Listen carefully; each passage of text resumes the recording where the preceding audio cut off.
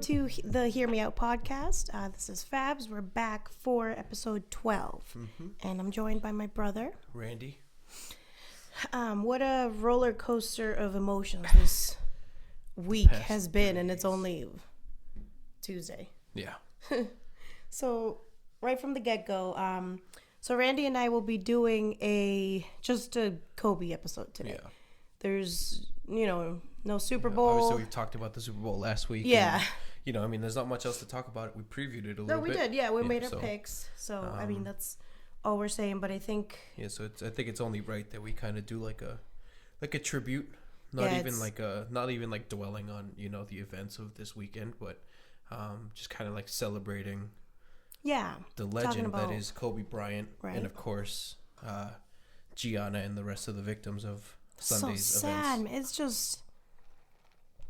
Like, no way, and you can think about it in so many different ways. It just doesn't get any better. No, not at all. Like, from all the families to the fact that they were going to a game, there was people waiting for them. Yep. He had flown on this helicopter hundreds, if not... for countless times. Yeah. It even had his logo on it and everything. It did, and you know what I had read too, side note, because that's what I was trying to clarify, like, understand at least if it's his own helicopter. Because Kylie had posted that she has rented that too and has used the same helicopter with the same pilot. Yeah. Yeah, I mean, I guess more details to come. It's still... Yeah, so I'm pretty sure he just rents it out from like this agency or whatever. Mm-hmm. But obviously he probably pitched in extra money just because he uses it he used it so frequently his logo, his Mamba logo. He had the Nike logo, the Mamba logo. So, yeah, but obviously like we said, we're not going to talk about the events of that day as much as just celebrating Kobe. And I know that we talked about this the other day because even on the podcast we mentioned it too, how we were planning on going to the enshrinement ceremony. Yep. Because of Kobe mainly. For me, oh man for me, Kevin Garnett, maybe Ben Wallace. And I know that you told me about how they are just foregoing the whole voting process, and they're just gonna induct him. It's only right. So he was gonna be inducted either way. I agree. He was gonna be inducted the first. That's the first ballot anyway. So exactly. But I think that it is great that they are just gonna forego that process and induct him, and I think that we should still go. I'm just so sad. I've been like in a depression. I mean, yes, I want to go, but it's not going to be... It's definitely, it's not going to be the same. It's going to be a tough Although, time. It might be more special in the sense of like, now they're going to do something for him. Yeah, they're going to honor him like but it's crazy. Like, that also makes it more emotional because you're going to go, but it's like, oh my God, Kobe. Yeah. I don't know. I don't even know how to feel. It feels like a punch in the gut. Like it does feel like a family member died. And I mean, maybe some people, because I was at work when I first heard of it. Yeah, I texted you. Yeah, you were the breaking news for me. I was like, what are you talking about? Yeah, I texted Fab and I was like, hey, did you hear the news? And Fab was like, news? I just said it in front of everybody. I was like, did Kobe just die? And they were like, what are you talking about? Like, he was online last night congratulating LeBron. Like, that's the first thing. And I was like, no. And my hands just, and I was like, and then I just kept waiting for your text because I didn't even know if I should Google it, if I should go to ESPN. I didn't know what to do next, like where to confirm. I was refreshing Twitter for hours on end. And yeah, I mean, like we said, I was refreshing it, not even like in the hopes of getting more details. I was refreshing it in hopes of like somebody being like, the report was wrong. Right. Just kidding. Like cruel joke, yeah. Like Kobe's fine. He's coaching right now, I was hoping that it'd be something like that. Yeah, or like, no, they got parachutes. Everybody's safe. Yeah, yeah. I was like, I'm waiting for it. And I told you that I was seeing it written on like breaking news, ESPN. Kobe Bryant has died. Yeah. And I was like I'm staring at it, but it has no meaning. Yeah, it makes no sense. Yeah, I was like, I don't know what this means. Like, what do you mean? He can't, he can't die. Yeah, because growing... Everybody knows Kobe can't die. Yeah, watching Kobe, because obviously that was your favorite player of all time. That was Kobe. One of the players that helped me fall in love with basketball. And I remember seeing, like you said, those words, seeing that, Kobe Bryant, died in this plane crash. And for me, it was like, I was like, I see the words, but like, I was like, they don't belong in the same, they don't belong like, right next to each other. Yeah, that's not a correct sentence. I was like, they don't belong next to each other. I was like, because Kobe, I was like, he's Kobe's immortal. Like, yeah, and Kobe's he's never going to die. And I mean, either way, he will never, I think in my opinion, he'll never fade away, like ever. Just because I think somebody with the impact that Kobe has had on the game of basketball, I don't think it'll ever be forgotten. Obviously, I think that basketball won't be the same forever. It won't be the same. But yeah, no. Should the NBA change their logo? I think it's time. I mean, it's Jerry West, and Jerry West is a player of the past. No disrespect to Jerry West, obviously. No, but it's funny. Like over the years, they've been looking for it or like trying to vote on it. It's like, yeah, and it's like now here's it's like an opportunity, and it's just there.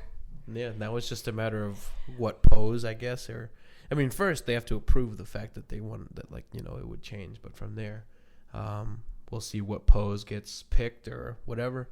Yeah. So I mean, I know we should get more into like. Well, I know we have a lot of thoughts on what the NBA should do going forward, at least for the rest of the season. But I did write something, right? And I was trying to keep it short. I don't know if I accomplished it or not. But so I guess what I want to say before is it's kind of like I wrote it kind of like being like a letter to Kobe. Yeah. But also because when we started this podcast, we said we wanted to do or talk about why the athletes that we liked, like why we liked them and what kind of impact they had for us. Mm-hmm. So I did get in my feelings a little bit. It did take me some time to write. It might be a little bit sappy. That's fine. But it's fine because I really don't care what people think. So this is the other part I wanted to say, that when I was at work, some people were like, you don't even know him. I was like, you don't need to be speaking to me if you don't understand, because I went to tell them, I went on to tell my coworkers that I was like, everybody is calling me. Like, I was like, my brother's calling me, texting me. My friends are calling me, like, are you okay? Are you okay? Are you okay? And I was like, this is, like, just goes to show you guys that, like, people are checking in on me to make sure that I'm okay after his death. Yeah. And then later in the evening, one of my coworkers, she goes, this is so awful, so awful. And she kept checking her phone, right?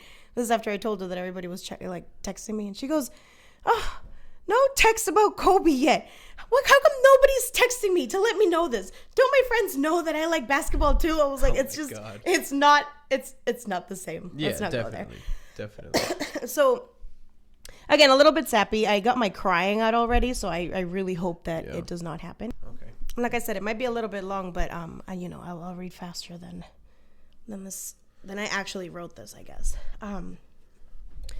So I wrote, Dear Kobe, the first time I watched you play, I was 11 years old. It was the 2001-2002 season. Though I didn't learn who you were until late that season, from that point forward, I never forgot your name. Oh, God. I'm going to cry. Oh, I just started. Kobe Bean Bryant. It was the second championship year, what would eventually become a three-peat for you and the Lakers. Lakers got past San Antonio, Sacramento, and before eventually sweeping the Nets in the finals. In the finals that year, you averaged 27, 6, and 5, and I did round up. When that season ended, I couldn't wait to see more of you. I was completely captivated and inspired by this 18-year-old kid whose shot was so pretty, that fadeaway being so flawless. But it was your attitude on the court and sometimes off the court, your cockiness off the court, that spoke for itself. You were fierce and aggressive and competitive, and it was clear that you just wanted to win. Come next season, I was all in. I only wanted to watch you. I barely knew anything about the game of basketball, but I asked my parents for a basketball, and I'd walk over to the playground at Plimpton School and just practice shooting and try to imitate what you did. In retrospect, it's hilarious because I only practiced shooting, never dribbling. Needless to say, I was not good. Actually, I was pretty bad. So I quickly learned I wasn't necessarily an athlete. However, I knew that I loved basketball. So I studied it, and I studied you, and I had your number 8 jersey. I'd cut out any and all articles and or pictures of you from the Boston Globe, including the stats, and put them all up in posters in my room. It looked more like a teenage boy's room instead of an 11-year-old little girl's room. My parents may have been slightly concerned, and some of my friends just didn't necessarily understand, especially given that you played for the enemy team. I inevitably liked the Celtics, but I knew that I would always root for you as an individual player. So you can imagine my confusion during the 2008 and 2010 seasons. You faced the Celtics in the finals, and I was just torn. I loved my Celtics, but they were trying to beat you. They were trying to beat Kobe. I won't get too into that, like I said. It was a confusing time. I wanted to say that even when everyone looked at me weird for being that tomboyish girl who loved sports or give me a side eye for rocking your Lakers jersey, I didn't care.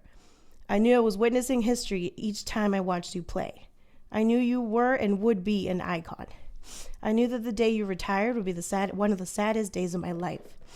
So my brother and I started talking about the next best thing for us as fans, your induction into the Hall of Fame. We knew you'd have to come to Bridgewater, Mass for it, so we had made ourselves, Springfield, I always say that. Springfield, Mass for it. So we made ourselves a promise as kids that we'd watch you get inducted one day. We've revisited the topic a few times over the years, and since then, and just last month, we had looked up when we could purchase tickets. Mm-hmm. So the date was February 10th. I had put the date in my planner because we were planning on getting tickets the same day as soon as they went on sale. I could already picture you at the podium giving your induction speech. I could hear you. I get butterflies just thinking about it. And now, that will never happen. But I have to say thank you for all the memories. I will forever remember my childhood days when I would sneak the TV onto my room. Oh man, during those 10:30 p.m. nationally televised games, just so I could watch them play. And let me tell you, Mom and Dad never knew. Yeah, I bet. If Mom and Dad knew, oh God, yeah, that was way better. Yeah, well, I went to bed at 8:30 when. Well, no, but you had a curfew, and that was way later. Yeah. But thank you for bringing so much to the game, for your competitive nature, for your Mamba mentality, and your involvement in the community. Thank you for shining light on women in sports, whether it's young girls like Gigi or college athletes. You have meant so much to my generation, and trust and believe that we will forever yell Kobe as we shoot a crumpled up piece of paper into the trash. You can rest knowing that you're a legend, but also legends never die. Rest in peace, Mamba and Mambacita. Mm-hmm. Oh, man. I'm actually surprised that you made it through the whole thing without completely No, I didn't do it till the end because I specifically remember I was like, I don't care who's playing on any channel. I just want to, and obviously we don't get many televised West Coast games. West Coast, not even, but back in the day too, the Lakers were, if there was a team that was getting a lot of nationally televised games, it was the Lakers. Yeah. So I would look and I'd be like, okay, damn, 10:30. Yeah. I gotta sneak the TV on though, no volume. I would just watch, and then if I heard Mom and Dad going to the bathroom or something, get up in the middle of the night, I'd be like, okay, I gotta shut it off. Yeah, I mean, I think that you put everything really well there. Also, though, I don't know why I keep saying even last time I said it to you, I was like, oh yeah, in Bridgewater. Oh yeah. Fucking Springfield. And we have been there or driven there many times to know, but. Yeah. And it's completely opposite directions. It is. But I think that you really put that well as far as his impact and how we constantly have mentioned going to his enshrinement, just because obviously we both really enjoyed his game. You more so than me, just whatever. Well, you were also a little bit younger. Yeah, exactly. But yeah, no. So since you mentioned the whole Celtics finals, the 08 and 2010 one, I saw this quote that I guess the guy who calls the Celtics games on the radio said, and he said that we didn't think as Boston fans that Kobe could break our heart one last time. He was like, I was wrong. And I think that that's the best way to put it, because obviously, being a Celtics fan the way that we are, we didn't like the Lakers, but we hated Kobe on the court. Yep. And that's the thing. It was on the court. We hated him just because he was on the Lakers. I know. But his game, how he played, and his drive and dedication and all that, we loved. So while we hated him on the court just because he was playing against the Celtics, we still loved his game because he was so undeniably great that. I mean, everybody did, and it's like you can't help but even the Garden. You saw they put up on their screen. And like and the colors inside too, they went purple and gold. Yeah, purple and gold. I forget if it was inside. Was it inside the TD Garden too? That some of the I know that they like trains too, like you know, or like escalators. Yeah, they lit up the lines. escalators. They I know. Lit up too. I know that the Celtics haven't had a home game since then. Mm-hmm. Thursday will be our first one, so I'm sure they'll do something nice. Just because obviously Kobe was a huge, and it's just like worldwide. Yeah, for like sure. You've seen the murals that have popped up. Just this happened on Sunday, 48 hours ago. Yeah, there's several murals painted already everywhere in LA and Philippines. Did I see something in China maybe? But anyways, like a couple countries. Yeah, it's just like all over the place. I know a bunch of soccer teams. I know Barcelona posted about it. Mm-hmm. I know Real Madrid. They're like having moments of silences at their practices. Mm-hmm. I know. I just saw today. Novak Djokovic had an interview where he was like, "I lost a mentor and a friend," and he had, because they have to wear like certain things in tennis. Mm-hmm. So in his like warm up jacket, he had KB 824 with a heart under it. I think that just goes to show like how widespread. Like how his effect on everybody was, on how loved he was by the whole community, like not just it's just that he was not so just good. In basketball, just in sports, you know, and the world really just like stopped, you know. I think that the world has kind of been at a standstill. It just doesn't feel real, like you said. It's like you're gonna wake up, like, or I'm not gonna post about it because it's not real, you know. Come tomorrow or everything, I'm gonna wake up from this bad dream. Yeah. For sure. And I did want to get out there too that obviously me writing that, I didn't make any mention of really his daughter or anybody else, but that was just because it was like that was like my letter to Kobe version. But it doesn't mean it doesn't go unnoticed. Obviously his daughter, and we can get more into that, but all the other families, the what is it, the Altobelli family and Chester family, and the Mauser.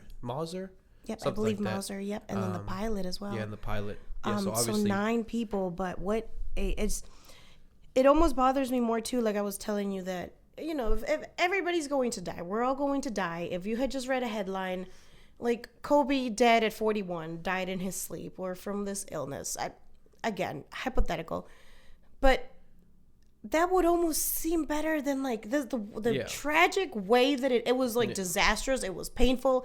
It must have been scary. It must have been just the most terrible thing that you've had to endure. And it's like you have had a fairy tale life. Well, we don't even know. I don't know. Fairy tale career. Mm-hmm. You've had a fairy tale career, and you just literally had the most horrendous, tragic, fatal, ugly, painful accident. Everything happens for a reason, I think, is what kind of like I've just been telling myself, as because, you know, obviously you don't wish that on anybody, but for that to happen to the group of people that it did, I think that it just, you know, it stings a little more. But I think that, you know, it all happens for a reason. I think that there's a plan for all those families. But yeah, I mean, the Altobelli family, my understanding too is that they left, I don't know the ages, but it was so the 3, mom, dad, and daughter died, and then sons. They left. I'm pretty sure that they're older, if I'm not mistaken. But either way, I mean, it's got to be tough losing your family like that. And the coach Mauser, I don't remember her first name, and I hope we're saying the last name correctly, but my understanding too was that she was like handpicked by Kobe to be one of his coaches on his Mamba's team. On his Mamba team, yeah. I had read this whole story, now I forget. Maybe it was like, I think she may have coached at one of Gigi's schools at one point, and he always saw like how driven and passionate and knowledgeable she was about the game. Yeah. So he handpicked her and was like, I want you to be a coach of my team. And then too, I've read all the stories because, again, I don't want to undermine anybody's life more than another. And it was a story about her husband just saying, like, how do I move on with my 3 kids? Yeah. And I think they're like 11, 5, and 2. Like, yeah, they have a pretty couple young ones. Even 11. That's yeah. I saw the news yesterday, and they showed like pictures of the family, and they had like you said, they had a couple younger kids, and it was. I mean, obviously, it was sad. He was talking about how that night the kids were asking for their mom, saying that they wanted their mom, this and that, and I can only imagine what that must be like. And obviously, like we've been saying, that's not something that you wish on anybody. Oh, not ever. It is just the worst. And I wish we could talk about how it happened or, whatever. And again, we're not going to dwell on that really, but also we don't know. I don't want to really share details and say this, this happened, and you don't know. The investigations are just starting. Yeah, everything's still going, so we don't know like 100% what went down. I do know that apparently obviously it just wasn't ideal flying conditions.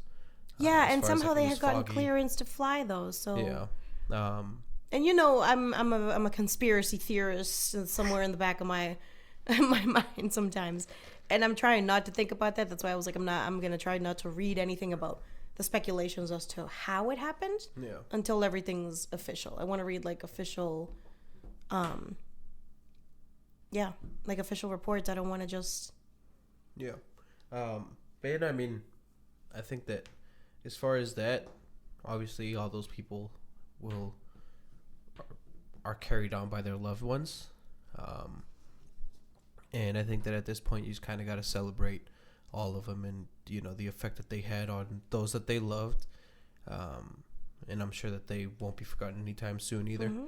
So obviously this isn't just about Kobe, because his family and his loved ones aren't the only ones that were affected, but of course it was kind of like the most known one just because of who he is, and whatnot. And I think that obviously that's why we're doing this, that it shouldn't go unnoticed, his accomplishments, and obviously they never went unnoticed, but no. A 5-time champ, what was it, 18-time All-Star, 2-time Olympic gold medalist, fourth all-time scorer in list, who was passed by LeBron the night before. Mm-hmm. And I guess that he had a conversation with LeBron like early Sunday morning, before they were still in Philly, the Lakers. Mm-hmm. So obviously I bet you can imagine just how hard that must have been for LeBron to pass somebody like Kobe, and have to deal with that right after. Oh, I mean, in the back of my mind too, like I told you, I was like, no, what are you talking about? Like, he was just on social media congratulating LeBron. Like, it's Kobe. Yeah. Of course he's alive. He was alive last night. He's alive today. He's going to be alive tomorrow, and he's never going to die. And you're wrong. Yeah, exactly. That's what I wanted to say to you. Like, stop talking to me. You're wrong. But I mean, I think that, and I mean, you got to talk too about his legacy. Obviously, we know what his legacy was, but how Gigi was going to carry on, because obviously his oldest daughter plays volleyball, mm-hmm. and she's pretty accomplished in that, I guess, but as far as obviously basketball was his thing, and I guess it became Gigi's thing, and that was why they were like inseparable, and obviously you would see him bring her to the NBA games, right? And like they were like attached to the hip. It was like a cute relationship as well. Yeah, so. He was always coaching her on like what was going on and stuff. She would always, be talking to the NBA guys and like taking pictures with them. She would go see her favorites. Yeah, I think she said Trae Young was like her favorite player. Yeah, Trae Young was her favorite. Who Trae Young scored 45 points mm-hmm. the night. He was wearing number 8. Yeah, he started off the game wearing number 8. He took 24 shots, mm-hmm. and he shot 81% from the free throw line that night. Nice. And Devin Booker scored 36, also on 24 shots. Mm-hmm. The two of them combined for 81. Yeah. And I think that's just a crazy way for like things to like work out, that they both shot 24 shots, scored 81 combined, which is Kobe's high score mm-hmm. of his career. But no, I mean, I saw this thing that I liked the other day was that, if somebody was like, oh, you want to see Kobe? Like, he's in this part of so-and-so's game. this part of I saw that too. Yeah, and I was like, it's really true because obviously, especially the guys that have been getting drafted in the last 3 to 5 years, grew up watching LeBron and Kobe. Right.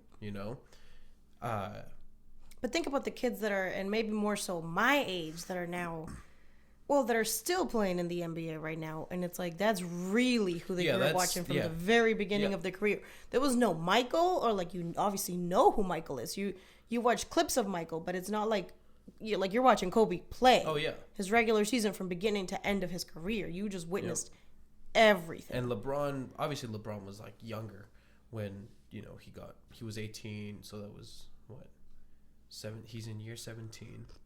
So it was 2003 he got drafted. When did Kobe get in the league? I forget. 96. All right, yeah. So that makes, So people around my age grew up with LeBron, obviously. Our age difference allowed for me to kind of watch Kobe with you. Right. So, which is why, obviously Kobe was a huge part of me falling in love with the game.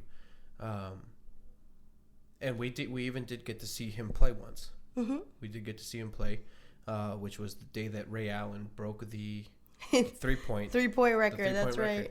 And you were wearing your Kobe jersey. Yeah, I was. I was wearing a KG jersey. And I remember when he broke the record, we all went crazy. I was like, I don't care. I'm hugging everybody because I'm also rooting for the Celtics. I mean, like I said, imagine my damn confusion. But I didn't. I was like, I don't care. I'm going Kobe to the Garden. Yeah, for sure. Yeah. But I mean, it's just like, it's still surreal, I think. And I think it's going to feel that way for a while. But I mean, Kobe. I liked what the whole NBA did. The 24-second violations, the 8-second backcourt violations, what else did they do? They had like the warm-up, wearing the warm-ups. The jerseys were, I think it was the Pistons. Yeah, Pistons did all last night. Either 24 or number 8. So it's been great. Love to see it. Randy and I have been talking about what we wish would happen. We don't know if it's going to happen at all. Going to. But what are some of the things that you're hoping to do or does happen, whether it's the All-Star game, the next game, tonight, tomorrow, whatever it could be, or even the rest of the season? So I think obviously, they'll keep doing the tributes to Kobe, whether it's on the big screens and, I think teams will start to lay off of the violations, the 24-second and 8-second violations. But yeah, I mean more long term. Yeah, like we were saying, maybe they should change their logo. Yeah, we did mention the logo. I think that it might be time to do that. Obviously, and I think it fits because of his impact on the game. Mm-hmm. It wasn't just on the court, but I feel like Kobe as a whole kind of embodies what the NBA is all about. Both on and off the court, like we said, and I did see this suggestion that I thought was pretty cool, because obviously we know for the All-Star game, LeBron and Yanni are the captains. Who Yanni actually deleted all social medias. Yeah, I saw that too. Because he trained with Kobe, and so obviously they would have had a tight relationship there. And Kobe did challenge him to win MVP. Mm-hmm. And then when he did, he was like, you got your MVP, now go get a championship. Yep.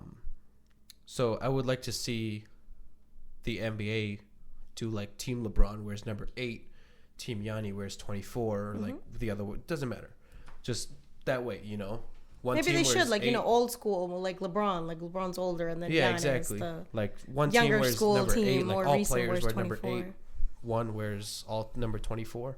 And obviously, I'm sure that they'll do a whole kind of extravaganza for him at the All-Star break because everyone's going to be there. All of the NBA is going to be there. And that's just a couple weeks away. It's still going to be fresh. Yep. It's still a fresh wound. Yeah, it's going to be... I think it's going to be a great All-Star weekend to watch. Well, I really think I like the idea of renaming the Staples Center. Yeah.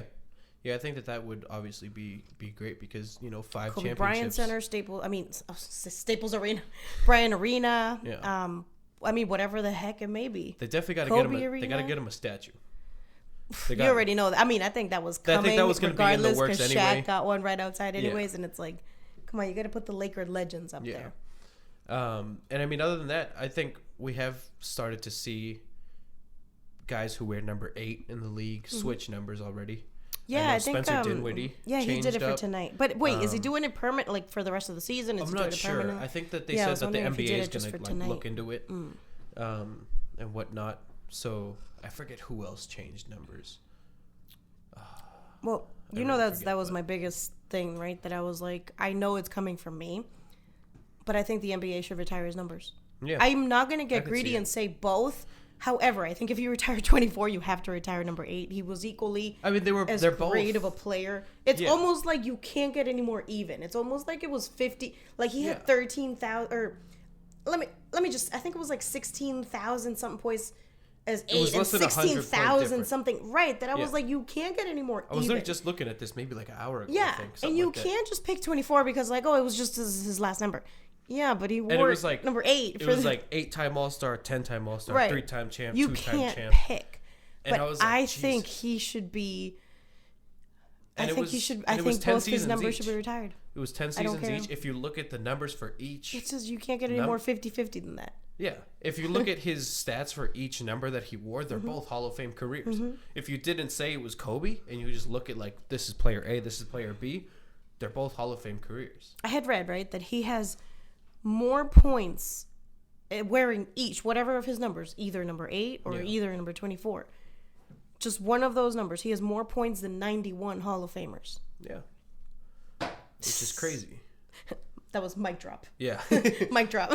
But I mean, I think, I would like to see the at least one of his numbers retired by every team. I know that the Mavs are already doing that. Shout out to Mark Cuban. That's right. This like the same day. I think he said nobody will ever wear number 24 ever again. Which I think, if anything, Mark Cuban has always been a pretty good professional. Obviously, he's outspoken, and his mouth will get him into trouble sometimes. Yeah, but I think that if anything, the Mavs organization is a very classy organization. They've been that way for years now. They have a good owner in Mark Cuban. Very classy move by him. Also, very classy move by Dinwiddie to switch his number, whether it's just for tonight or for however long. And whoever else already changed it, I'm sorry, I don't remember who. But that's also, like we said, very classy. I guess we'll see if, for Boston, Kemba wears number 8. Yeah, so I was thinking about that, yeah. Because Kemba was close with Kobe. So we will see. And I know we've talked about, I just thought of this now, so I'm going to bring it up. I know that we've talked about this individual a good amount on the podcast. And obviously, things ended poorly for him here in Boston. But I think that his, you kind of have to feel sorry for what's going on with him now, especially I can only imagine how much he's hurting after this event with Kobe. And that's Kyrie Irving. I know that Kobe and Kyrie have worked together, obviously trained together. They even had some shoes out together. And I know that I've seen videos of Kyrie, just trash talking to Kobe at USA camps. He's like, dude, if it's 1-on-1, he's like, you're not beating me, or whatever. And then they cut to a clip of Kyrie on the Cavs against Kobe on the Lakers, obviously. And Kobe tries to put a move on him, shoots it, and Kobe just stuffs it.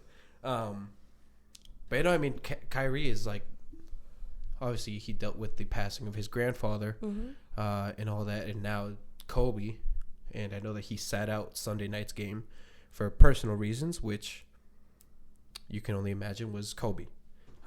Yeah, I had heard too that during that game, several times he just went to the locker room that he was like, I can't be out here. Yeah, and I bet because, like I said, you spend so much time training with an individual, and whatever their personal relationship was, I'm sure that they were really close. And I know Kobe has praised Kyrie in the past. You can only imagine just how tough that must be for a player like Kyrie Irving, who literally idolizes Kobe in that matter. Right. And obviously he's not the only one. You got Devin Booker, obviously Trae Young, Jason Tatum. I know I sent you the picture of, I think I sent it to you, the one where Kobe's just like resting with his head Yeah. on the ball, and Tatum did the same pose, and he was like, "Bean, I always wanted to be like you, whatever." Yeah, I mean, so not just Kyrie Irving, obviously all the young players who do idolize Kobe, you can only imagine how they feel, and yeah. Well, let me tell you, I probably can imagine how they feel, because if I feel like this and I don't know Kobe, yeah, exactly. Then exactly. You don't even want to know. Don't want to know what anybody. I don't want to imagine what his poor wife is going through. Yep. She's gonna have to. I mean, she's now like the sole household, like parent, sole parent. She's the matriarch. She's gonna stay strong for 3 other kids. But it's like, how do you stay even strong just for yourself to keep going, because you lost one of your daughters and your husband? Yep, your soulmate and one of your daughters, which must be obviously a pain that you don't want anybody to ever feel. But I think that I would like to think that her being around Kobe so much, she's got this mentality too. That she's got the Mamba mentality. So, obviously, I think that I'm hoping she pulls through and comes out stronger than before. Yeah, I mean, time heals all wounds, but oh my God, at that point when you're right there, you just want the time to pass. Yep. You're like, I wish it was like a year from now, so that I know I'm going to feel a little bit better. It's not going to be healed, but it's going to be more healed than it is right now, because right now it's like like I said, it's a fresh cut. It's a fresh wound. Everything is like raw, and just your emotions are. And I mean, I think that she's getting so much love sent to her. Obviously, Kobe's 3 daughters that are still here, obviously, are getting all this love sent to them. And yeah, obviously, like we said, we can't imagine that pain, but So, Randy already knows I wasn't even really feeling like recording. Yeah, she didn't want to do this episode today, but there was we knew we wanted to do a Kobe episode. We said it as soon as it happened. Like, we're not going to talk about anything besides Kobe. Yeah, it just didn't feel right. But it also doesn't feel right to talk about it, because it's like, then we know it's real. Like, we're talking about it because it really happened. Yeah. My heart hurts. Like, it really does. I feel like I lost somebody that I grew up watching. Like, so I was 11. I'm now 29. That's 18 years of my life. Yeah. That's more of my life than it's not. Exactly. Yeah. Like, and again, some might not understand. Also, Kobe was probably, I think I could say this. Yeah, because I guess I wasn't introduced to Jeter till that was 2002 World Series. So a year before? Yeah, it was the same. I think I started to watch one sport and then made the transition into watching more sports as soon as the other one was over. But Kobe was one of my first crushes. Probably before I never should have freaking known what a crush. And when you think about it, you're 11. Yeah. What do you know about having a crush? But it's crazy. I'm still in awe. Again, I don't even really want to talk. I'm kind of just sitting here I'm listening. But at the same time, in the back of my head, I'm I probably could talk about Kobe all day. But right now, I just don't really want to. Yeah. We've said what we've said. And it, I guess what I did, the other thing I wanted to mention was when you had mentioned about Gigi, that he had said when he retired from basketball, it was that was it. He was I don't watch no games, anything. I'm out. And I think he said it was Gigi that had asked him for the NBA package. Because she wanted to analyze every game. And then so he kind of got back into it because of her. Yeah. And so, he became a coach. He has his own Mamba Sports Academy. Yeah. Excuse me. And so if you think about it, Kobe was always a ball player. This is what he did for 20 years out of his life. And even when he retired, he passed away. He was being a daddy, but he was being a basketball dad. You know what I mean? It's the next generation. And I watch a lot of Jimmy Kimmel, the night show people, and the late show people, I should say. And Kobe, in an interview from, I think it was last year, August of 2019, that he had said that people were oh, you need to have a boy. You need to have a boy. You need somebody to carry your legacy. And that she would be excuse me, this is Gigi. This is me. I got this. I got this, yeah. And she had a plan. She wanted to go to UConn and play for the Huskies. Mm-hmm. Yeah, they did a tribute for her. They had the jersey did, on the... which was nice. Yeah. and you know that she watched college basketball, she watched professional basketball. So it's crazy for me to think that even after he's a retired basketball player, he died headed to a basketball game of his daughter, who's like, he's passing his legacy on to. She's carrying the torch for the family. She's that Bryant. She's going to have that, Bryant on the back of her jersey and live on. So it's all so terribly sad. But I guess you could say he died still doing what he loved to do, what he had a passion for doing. And I mean, among other things, he was a businessman. He was a writer. He was a movie family director. Man. Yeah. He was a Grammy. He was a Grammy winner. No, Oscar winner. Yeah. I'm sorry, it was the Grammys that were on Sunday. Yeah. And so even the Grammys, they did tributes to him. That's when I first broke down, when I saw it was the opener, Alicia Keys and Boyz II Men. I was like, oh Lord, here we go. It's been everywhere though. I know Ellen DeGeneres did like a little excerpt about him, but it was Jimmy Kimmel who did a whole like a 40-minute. Yeah, I can only because he said he's been on the show 18 times. He said so. He played a few of like all the of clips and his visits, and he said he didn't even have a studio audience. He was like, I don't have an audience here tonight because we always do comedy, and he's like, nobody's here to laugh tonight. We're just doing a Kobe tribute. Jeez. So it's been great to see like the impact, like you said, you've had on and off the court. Right now, you get to see that everybody, even people that hated you, and I don't want to say it like that, but like even people as passionate sports fans as like Boston fans, that they're like, I hate Kobe. Yeah. You see the respect that people have for Kobe, and just that his story will live on. Yeah. I did see, just to kind of like, I know that, like you said, you didn't really want to do this episode today, but we had like no other time to record. So, I mean, I guess we're kind of like wrapping up, and I guess to kind of end my thoughts on a high note, I did see this thing that it was like, it was like a meme on Twitter, and it was like all of us crying down here about Kobe, and it was like Kobe up in heaven. It's like, you out here crying when you got to be in the gym working. I know. And it was that gif of him like this, and he's like soft. And I was like, well, obviously it's sad about what it's about. Right. I was like, it's funny because that there's some truth behind it. That that's exactly what he would say. Right. You're like soft. But yeah, no. Obviously Kobe will be missed, and I think it'll be a while before we see another player with the kind of legacy that he leaves behind. Mm-hmm. Obviously, I think that it's not really debatable that it's that the greatest of all time remains between him, MJ, and LeBron. And I think that I did see something, and it kind of like made me realize, like, I agreed with it, that it's like it's time to stop debating on it and just like appreciate all. Yeah, just appreciate the greatness of everybody. Because you're seeing obviously all three of them, other players from the past that like are worthy of mentioning in that conversation, mm-hmm. and they've all contributed into the game differently, and they've all had impacts on and off the court in different ways. They're not the same, so I think that it's not fair to kind of try to debate that and find who is the greatest. Mm-hmm. I think that they're all the greatest in their own way. So I think that,